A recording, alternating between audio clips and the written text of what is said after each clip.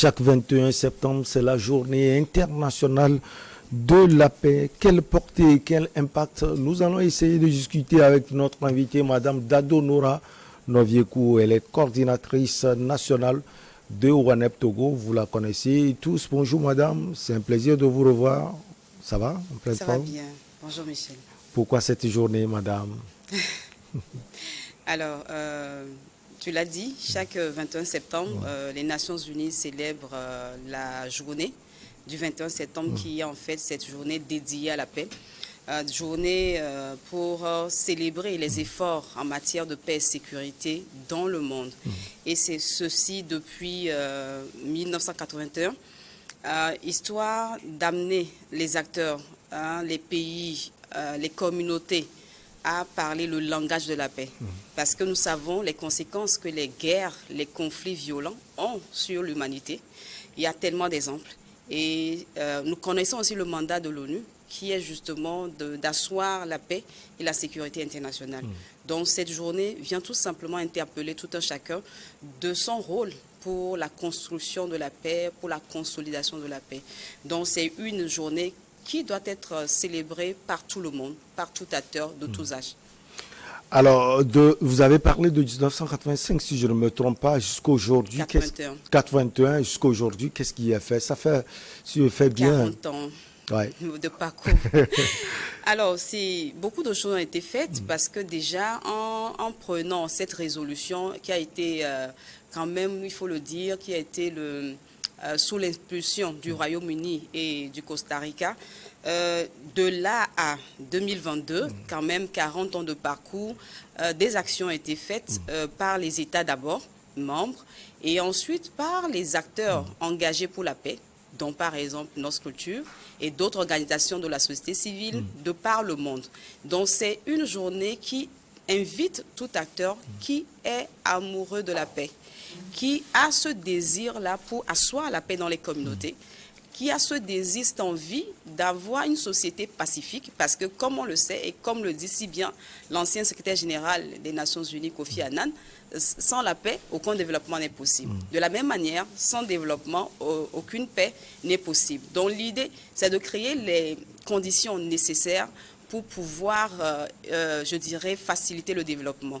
Donc c'est un grand sujet qui interpelle tout le monde, qui interpelle étant les acteurs politiques, étant les gouvernants, étant les jeunes, les femmes, les leaders religieux, les médias. Donc c'est une journée qui concerne tout le monde. Et ce n'est pas juste une journée pour une journée. En fait, cette journée vient juste nous interpeller, mais au-delà de la journée, on doit initier des actions durant toute l'année.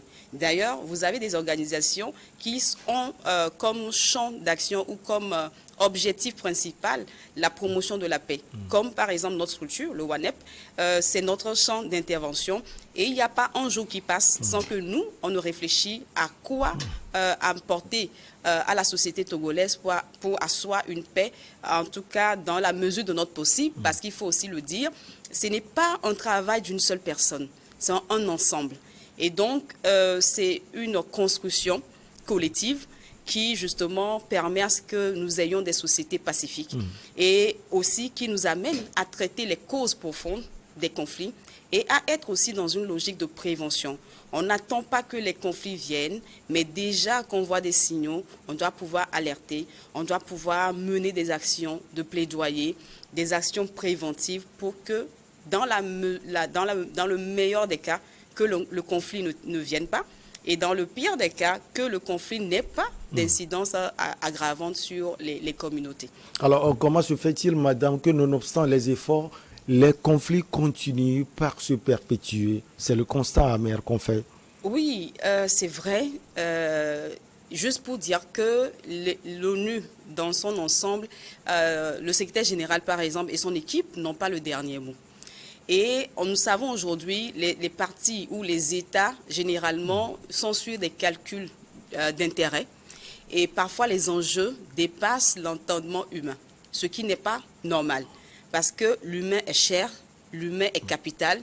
Et normalement, on ne doit pas, à cause des intérêts, s'entretuer. On ne doit pas, à cause de ses opinions personnelles, s'attaquer. par exemple, on l'a vu, je crois, ces derniers mois aux États-Unis, avec le racisme, où on se lève, quelqu'un se lève et puis il va chercher des armes et puis vient tirer sur des gens parce que pour lui, ben, les Noirs ne doivent pas exister. Ça n'a pas de sens. Alors qu'en fait, il n'a pas le droit de vie sur son prochain. Donc, c'est autant d'éléments qui fait que, ben, justement, cette journée doit exister pour continuer à éduquer. Parce que si on n'éduque pas, il y aura de ceux-là qui vont penser qu'ils sont plus suprêmes que les autres, alors qu'en fait, la Charte des Nations Unies le dit, nous sommes tous égaux devant la loi, et voilà. Et donc, les conflits, oui, malheureusement, continuent, mais ça ne doit pas empêcher les actions dans la logique de la prévention, de la résolution pacifique des conflits. Ça ne doit pas aussi décourager ceux qui sont engagés pour la paix. Par contre, ça doit plutôt les motiver pour dire qu'en fait, si ces actions n'existaient pas, peut-être la situation serait plus alarmante. Donc, les acteurs en conflit, c'est peut-être à eux de plus, on devrait plutôt plus s'adresser à eux, les acteurs en conflit, pour dire qu'en fait, ce n'est pas par la force qu'on peut régler les problèmes. Généralement, quand on passe par la force, en fait, ça devient un cycle où ben, aujourd'hui tu gagnes, mais demain c'est l'autre, et ça ne finit jamais. En fait, les problèmes, quand ça vient, en fait, c'est quoi? C'est juste des incompréhensions. C'est juste que ben, y a des intérêts qui sont en jeu, mais les intérêts se discutent, se négocient. Donc, il faut quoi? Il faut parler, il faut dialoguer, il faut communiquer. Mais quand on quitte l'étape du dialogue, l'étape de la communication, l'étape du respect de la dignité humaine, là, on rentre dans la barbarie, on rentre dans tout ce qu'on voit aujourd'hui, comme les atrocités. Quelqu'un se lève et puis tire sur en fait, toute une population, toute une communauté. Pour lui, il a raison de le faire. En fait, ça n'a pas de sens. Ou bien, il y a de ceux-là qui pensent que ben, ils ont le droit de veto sur les autres. Et donc, même dans le système de gouvernance, parfois, il y a même des germes conflictogènes qui font que ben, le système en soi ne permet pas de s'épanouir. Donc, les gens sont là, mais ils sont étouffés. Donc, ce n'est pas quand il y a seulement les tirs de balles qu'on parle de qu'on est en guerre, ou bien, bon, c'est-à-dire que ce n'est pas seulement la guerre. Quand il n'y a pas de guerre, ce n'est pas seulement ça qui fait preuve de paix. C'est-à-dire même quand les gens ne sont pas épanouis, quand il n'y a pas cette quiétude intérieure, la paix, en fait, elle est menacée. Et donc, même les crises économiques menacent la paix. Donc, la paix, c'est un ensemble. C'est un ensemble qui demande l'effort des uns et des autres. Comme je l'ai dit, c'est une construction collective. Alors, Madame, que retenir du thème de cette année, mettre fin au racisme, bâtir la paix? Vous avez donné tout à l'heure l'exemple des États-Unis d'Amérique.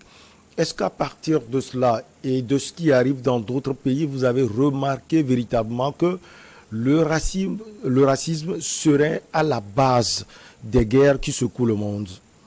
Alors, dans une certaine mesure, oui, parce qu'aujourd'hui, il y a de ceux-là qui pensent qu'ils sont plus suprêmes, comme je l'ai dit.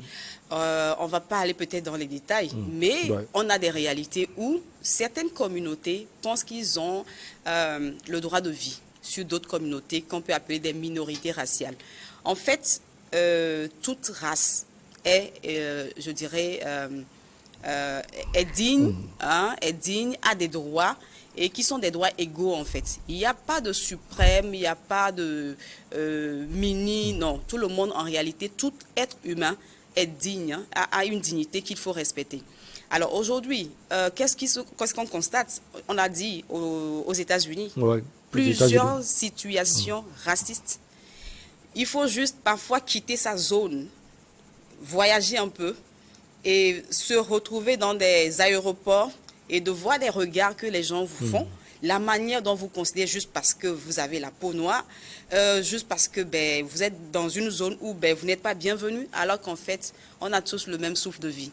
C'est ça que les gens n'ont pas compris, malheureusement. Maintenant, nous, ici, si on doit contextualiser, est-ce qu'on peut dire, ben, est-ce qu'il y a du racisme dans notre pays ou en Afrique? On peut dire oui et non. On a des situations en Afrique du Sud où il y a des moments où c'est carrément la xénophobie. On ne veut pas certaines nationalités, comme quoi ils viennent prendre la place des locaux en termes de travail et tout. C'est tout un problème. Mais il y a aussi, au niveau de l'Afrique de l'Ouest, malgré les efforts de Mandela, il y a encore des situations qui sont encore là, comme au temps de l'apartheid. Donc, c'est dire que le chemin est long, il y a du travail à faire et nous devons continuer à éduquer. L'éducation, comme dirait Maria Montessori, est la seule arme. En éduquant, on purifie l'âme. En éduquant, on donne les valeurs qu'il faut. Mais sans éducation, la politique ne pourrait pas le faire. L'éducation à la paix, c'est toute une matière. Et d'ailleurs, je crois que les systèmes éducatifs doivent pouvoir intégrer l'éducation à la paix dans le système, les curricula, pour amener déjà le tout petit à acquérir des valeurs de paix pour que demain, quand il sera grand, il puisse être épris des valeurs de tolérance, de pardon, de respect de la diversité, qui en réalité est une richesse. Parce que les gens, ils croient qu'en fait la diversité est une menace. Non, c'est une richesse.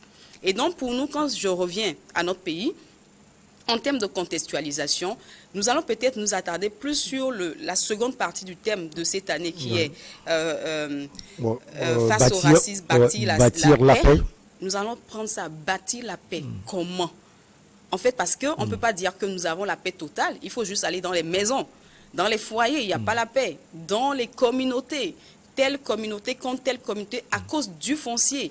Les agriculteurs contre les éleveurs, il y en a tellement. Il n'y a aucune région du Togo aujourd'hui qui est exemple de conflits communautaires. Il y en a. Les conflits politiques, n'en parlons pas. Des fois, il y a des effritements entre les civils et les forces de défense. Donc, c'est pour nous dire que notre société est aussi face à des situations conflictuelles qu'il faut travailler pour que, justement, nous puissions asseoir un Togo qui est plus rassembleur, un Togo où on voit l'autre du nord, du sud, et on se dit, en fait, nous sommes avant tout Togolais. C'est tout un travail. La paix n'est pas juste des mots, en fait. C'est quelque chose qui doit être vécu, qui doit être intériorisé, et il faut qu'on ait la conviction, parce qu'aujourd'hui, il y a tellement d'injustices qu'en réalité, si tu es partisan de la paix, tu ne peux pas commettre l'injustice. Tu ne peux pas brimer l'autre, en fait. Tu as quand même un minimum de principes que tu dois respecter. Donc, ce dont nous parlons, il ne faut pas voir très loin vers les Nations Unies, mais voyons déjà dans nos maisons. Pourquoi les frères ne se parlent pas? C'est ça la base même. C'est ça. Pourquoi les parents ne se parlent pas? Les enfants sont divisés. Donc, il y a déjà la cellule familiale qui est le socle, en fait. C'est pour cela que nous, à WANEP, on essaie de faire des activités d'éducation à la paix déjà au préscolaire. Et on continue au niveau scolaire. Et puis là, on est en train de tendre vers l'université parce que nous avons un accord avec l'université de Lomé pour des actions dans ce sens-là, parce que l'éducation elle est fondamentale. C'est ça la contribution de WANEP Togo à la consolidation de la paix, sans doute. Oui, une partie de la contribution. Parce et que la seconde, madame, nous faisons beaucoup de choses. Pour la petite information, sur les 3 dernières années, si nous faisons un peu la sommation de nos bénéficiaires, nous avons touché pratiquement 125 000 personnes de Lomé à Saint-Cassé. Directement touchées, pas les émissions radio, pas les émissions télé, mais des personnes que nous avons rassemblées en atelier, avec qui nous avons discuté sur des thématiques. 125 000 sur les 3 dernières années. Si vous prenez la proportion en lien à la population du Togo, c'est quelque chose, ce n'est pas rien. Demain, nous aurons des ateliers qui seront lancés à l'intérieur du pays pour accompagner des jeunes et des femmes en AGR, parce que la paix, c'est aussi le côté économique. Si les gens sont économiquement assis, économiquement solides, oui, la paix est garantie, la paix est préservée. Mais quand c'est le contraire, c'est clair, la paix est menacée. Donc, nous ne sommes pas que dans les concepts, mais nous allions au concept le concret, qui est des actions de terrain, des actions en AGR pour les communautés. Parce que des fois aussi, on oublie, on reste tous à Lomé, on fait 1-2 activités. Non, il faut aller à l'intérieur du pays parce qu'il y a des gens qui ont besoin de vous, parce qu'il y a des besoins là-bas et ils ont besoin que vous puissiez les aider. Donc, de notre côté, voilà un peu ce que nous faisons. Et je voudrais aussi préciser que nous avons récemment sorti un guide d'éducation à la paix avec l'appui de l'UNFPA. Ce guide sortira demain et qui a été édité en 1000 exemplaires, distribué à des départements ministériels, à des ONG, à des jeunes, à des femmes. Pour faire quoi? Pour juste dire, tu as le guide. Quand il y a des situations de conflit, comment l'aborder? On n'aborde pas les situations de conflit n'importe comment. La preuve, si les conflits continuent à persister, c'est justement parce que parfois, des gens ont raté, en fait, dans leur processus de médiation. On va prendre peut-être la crise ukrainienne, la crise en Guinée. Pourquoi ça n'a pas marché? Il y a des choses qui ont été ratées, mais quand vous maîtrisez, en fait, ces outils de gestion et de résolution de conflits, en fait, c'est une valeur ajoutée pour consolider, préserver la paix. Donc, voilà autant d'éléments que quelques actions, parce qu'il faut aussi le dire, il y a beaucoup de personnes qui font des actions pour la paix au Togo et dans le monde, et c'est peut-être l'occasion aussi de les célébrer, parce que travailler pour la paix, j'avoue, c'est pas facile. Vous serez de Lomé à Saint-Cassé demain, 21 septembre. Par vos actions, Madame Noviekou, vous avez eu le temps de brosser quelques actions. Permettez-nous quand même d'être un peu curieux et d'aller en profondeur. Alors, demain spécialement, c'est la journée internationale de la paix et donc dans tout le monde entier, des actions se feront. Et nous, spécialement, nous avons ciblé des localités très précises. Nous serons dans la localité de Kaboli. Demain, nous serons à... Je crois, on a plusieurs localités en fait. Voilà. Donc, disons qu'on a au moins 6 communes, dont 4 dans la région des Savanes et 2 dans la région maritime. Et ces 6 localités, c'est l'accompagnement du PNUD qui nous permet de faire exactement sur ces 3 jours une dotation de 47 millions en kits de maraîchage et de transformation de produits locaux. Vous voyez, à 23 groupements de femmes et de jeunes. Et quand je dis groupement, un groupement, des fois, c'est plus de 20 personnes. Donc, ces appuis-là vont les aider à renforcer leur autonomie économique et sociale. Mais au même moment, nous venons greffer les valeurs de paix dessus parce que la paix, tout le monde en a besoin. Quelqu'un ne peut pas dire, lui, non, tout le monde en a besoin. Même parler, le savoir parler. Il y a ce qu'on appelle la communication non violente. Ouais. Aujourd'hui, il y a des conflits juste parce que quelqu'un a mal parlé à l'autre. C'est parce qu'il ne sait pas. Il faut l'éduquer, il faut le sensibiliser. Donc, nous avons ces actions-là qui sont sur la semaine, en tout cas cette semaine. Nous continuons la semaine prochaine et d'ailleurs, nous travaillons tous les jours pour la paix. Donc, si vous voulez, nous sommes en activité jusqu'au 31 décembre 2022 et puis la boucle continue au janvier 2023. Donc, voilà quelques activités que nous avons. Et puis, oui, il y a d'autres activités avec des jeunes que nous avons accompagnés l'année passée qui sont répartis dans 6 localités également, 6 communes qui sont différentes des autres communes là. Mais eux, à leur niveau, c'est des zones qui ont été coachées, mais après ont essayé de faire des actions terrain directes. Ils ont pris des conflits dans leur communauté et ils ont essayé d'adresser des réponses. Et après, ils ont fait des sensibilisations et tout le reste. Les 8 jeunes là bénéficiaires de cette action, à eux seuls, ont touché plus de 2000 personnes. Donc, c'est dire que c'est la somme de petites choses, en fait, qui consolide l'architecture nationale de paix au Togo. Je sais que demain, beaucoup d'initiatives se feront ci et là. Les ministères par ici, les PTF par là, les ONG par ici. Oui, mais il ne faudrait pas que ça s'arrête au 21 septembre. Il faut que ça soit continuel. Maintenant, les gens peuvent dire, ben, en fait, nous, on n'a pas la paix comme thématique principale. D'accord, mais la paix elle est transversale. Et donc, quand toi, peut-être, tu es député à l'Assemblée nationale, tu es ministre, tu es à la Cour constitutionnelle et tout le reste. En fait, pose-toi juste la question, dans l'action que je suis en train de prendre ou la décision, en fait, quel élément de paix j'insère? Ou le contraire, quel élément peut entraîner un conflit? Et donc là, dans cette réflexion, je deviens une personne sensible à la paix et qui prend des bonnes décisions en faveur de la cohésion sociale et donc ne prend pas les décisions juste par coup de tête ou par des calculs. Mais je mets d'abord l'intérêt de la communauté, l'intérêt de la population. Donc en réalité, la question de paix incombe à tout le monde, du plus bas niveau au haut niveau. Maintenant, c'est clair, ceux qui sont au haut niveau ont plus de responsabilités, mais comme on le dit, à grand pouvoir, grande responsabilité. Avant de revenir au bas niveau, on va encore filer au haut niveau. Ce jour s'ouvre aux États-Unis d'Amérique l'Assemblée générale des Nations Unies. Madame Noviekou, il sera question aussi de la paix dans le monde. Les conflits tous azimuts, la Russie et l'Ukraine, on oublie souvent entre l'Azerbaïdjan et l'Arménie, il y a des conflits partout. L'ONU, comment vous pensez, comment vous voyez véritablement, Madame Noviekou, que ce sommet sera? L'attention, tous azimuts? Alors, c'est clair, je me dis que peut-être il n'y aura pas grand-chose d'extraordinaire parce que c'est les mêmes problèmes qui reviennent en réalité.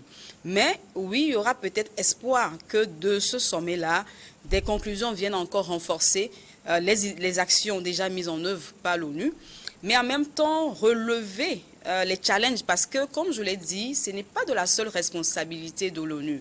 Il y a des situations qui dépassent l'ONU parce que quand les parties en conflit ne s'accordent pas à faire la paix, vous ne pouvez pas leur imposer la paix. Ça, c'est un. Et deuxièmement, le mandat de l'ONU n'a pas pour objectif d'imposer en fait la paix. Donc, c'est un peu complexe. Peut-être les gens vont se dire, mais est-ce qu'il n'y a pas besoin de revisiter la charte des Nations Unies? C'est une question qui est posée parce que quand même, cette structure a 77 ans. Et puis on se dit, mais est-ce qu'elle a pu penser à tous les aspects? Parce qu'aujourd'hui, il y a des conflits asymétriques, il y a des conflits qui sont très dynamiques. Ce n'est pas comme avant où on canalisait, on maîtrisait. Cette ère, on ne maîtrise plus rien. Les choses dépassent, surprennent les gens, on est un peu perdu. Et donc peut-être, est-ce qu'il n'y a pas besoin de revisiter je dirais le cahier de charge de l'ONU? Est-ce qu'il n'y a pas besoin de prendre de nouvelles résolutions pour actualiser le fonctionnement de l'ONU, pour la rendre plus apte à faire face aux réalités de notre contexte actuel? Tant de questions pour lesquelles je n'ai pas forcément les réponses, mais peut-être si vous invitez Guterres, il pourra mieux vous répondre. Parlant justement de Guterres sur le conflit entre l'Ukraine et la Russie, il a dit récemment à des confrères, il dit que ça va être difficile d'avoir la paix parce que pour le moment, les deux parties, l'Ukraine et la Russie, les deux parties pensent qu'elles vont gagner la guerre. Ce n'est pas grave? C'est très très grave pour les deux. En fait, qui pensent que, pas pour Guterres qui a analysé, mais pour les deux qui pensent qu'en fait, c'est un rapport de force, parce que depuis là, il y a des morts, il y a des déplacés, plus de 8 millions, pratiquement même 16 millions. En fait, c'est comme si vous prenez le Togo 2 fois, et puis tout le monde est dehors, quoi. Vous voyez un peu, si je caricature, c'est que tout le Togo, il n'y a plus personne qui est là, parce que si je prends le nombre de déplacés, de réfugiés, ça fait le double du Togo. C'est juste pour nous amener à voir l'ampleur de la situation. Un conflit qui a commencé, ou bien, bon, le conflit a commencé depuis, mais le conflit ouvert qui a commencé il y a 7 mois, voilà ce que ça donne. Et après, on va faire dans tous les cas la paix après. Dans tous les cas, ça ne va pas rester indéfini ce conflit. Un jour viendra où les deux, peut-être par la force des choses ou par la force de la nature décidera, mais un jour viendra où on aura la paix. Mais la question, tous ces morts, ça a servi à quoi? On sait que les deux sont déjà des grandes puissances. On sait qu'ils n'ont rien à prouver en réalité. Et ça, c'est un peu dommage parce que c'était quand même des grandes personnes qui ont, à mon avis, la maturité qu'il faut et qui pouvaient trouver une solution. Mais chacun veut démontrer à l'autre que, en fait, je suis plus puissant. Et c'est aussi une question de défier les autres puissances étrangères parce qu'aujourd'hui, quand on voit la position de l'Ukraine, on sait qu'il est en train de passer un message aux autres puissances et ça devient en fait une guerre de puissance en réalité. On s'en fout complètement de la population et c'est ce qui est dramatique. Si seulement leur famille était touchée, désolé de le dire ainsi, je pense qu'il allait prendre conscience, les deux allaient prendre conscience. Mais parce que leurs familles sont en sécurité, malheureusement, ben oui, la guerre continue et c'est dommage. Alors pour mettre à terre l'arbre de la paix, vous l'aviez dit, Wanep Togo va dans les maisons, va dans les familles et autres. J'ai souvent envie de poser cette question à vous, madame.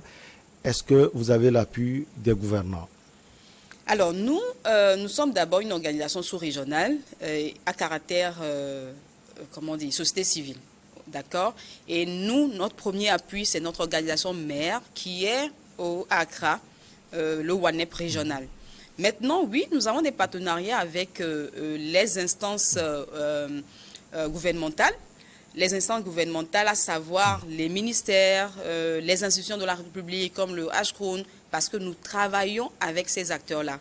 Le travail que nous faisons, il y a des moments où nous nous arrêtons en chemin et nous envoyons le relais à l'autorité parce qu'en lui faisant des suggestions au regard de nos analyses suite à notre système d'alerte précoce. Et donc, nous ne pouvons pas nous accaparer tout seuls du chantier de la paix, ce n'est même pas possible. Nous faisons notre portion, mais nous transmettons le relais, le bâton de relais à l'autorité qui a le dernier mot, qui est en fait le premier responsable, le garant de la paix et de la sécurité. Donc, je ne sais pas dans quel sens vous parlez de soutien, mais nous collaborons. Nous collaborons sur des chantiers très clairs, comme par exemple sur la stratégie nationale de prévention et de lutte contre l'extrémisme violent. Oui, WANEP est au cœur de ce projet-là, puisque c'est nous qui l'avons porté. En collaboration avec le CIPLEV, qui est une émanation d'un décret présidentiel sous la responsabilité du ministère de la Sécurité. Nous travaillons avec le ministère de la Promotion de la Femme, développement à la base, des fois avec affaires étrangères, ça dépend des contextes, ça dépend des projets. Nous travaillons beaucoup avec le ministère de l'Éducation parce que nous avons eu un projet où nous avons souhaité encourager à ce que les valeurs de paix soient intégrées dans le curriculum du préscolaire. Et nous sommes heureux de savoir que dans les jours à venir, ce curriculum-là sera imprimé, mis à disposition de des enfants, de tout ce qui est système éducatif. Et donc, oui, pour nous, c'est un peu ça la collaboration que nous avons. Et donc, nous les appelons des partenaires de paix.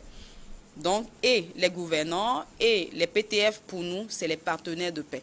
Donc, à moins que vous avez, je ne sais pas, une autre question sur... Non, pas une autre question. Nous sommes au terminus, Madame Noviekou. Aujourd'hui, 20 septembre, c'est la veille du jour même, le 21 septembre, journée internationale de la paix. Vous avez sans doute des messages à envoyer. Beaucoup de messages. Alors, je commencerai d'abord par l'individu, la personne. En cette veille de la Journée internationale de la paix, il me plaît de nous inviter à épouser le langage de la paix. Dans nos attitudes, dans nos manières de faire, dans la communication, que tout soit épris de paix. Et ça fait la différence parce que la violence, en fait, n'a jamais rien réglé. Et pour ça, il faut communiquer. Il faut apprendre à communiquer parce qu'on communique mal. Il faut apprendre à dialoguer parce que ce n'est pas évident de dialoguer. Il faut apprendre à être tolérant parce qu'on n'est pas les mêmes. Et pour finir, pour les décideurs, toutes ces personnes qui sont à des instances de décision, vous avez en fait la possibilité de contribuer à renforcer davantage la paix et la sécurité si vous prenez les bonnes décisions. Mais si c'est le contraire, c'est clair, vous enfoncez davantage la paix. Mais je crois que beaucoup aujourd'hui sont enrôlés dans cette logique-là de renforcer l'architecture nationale de paix.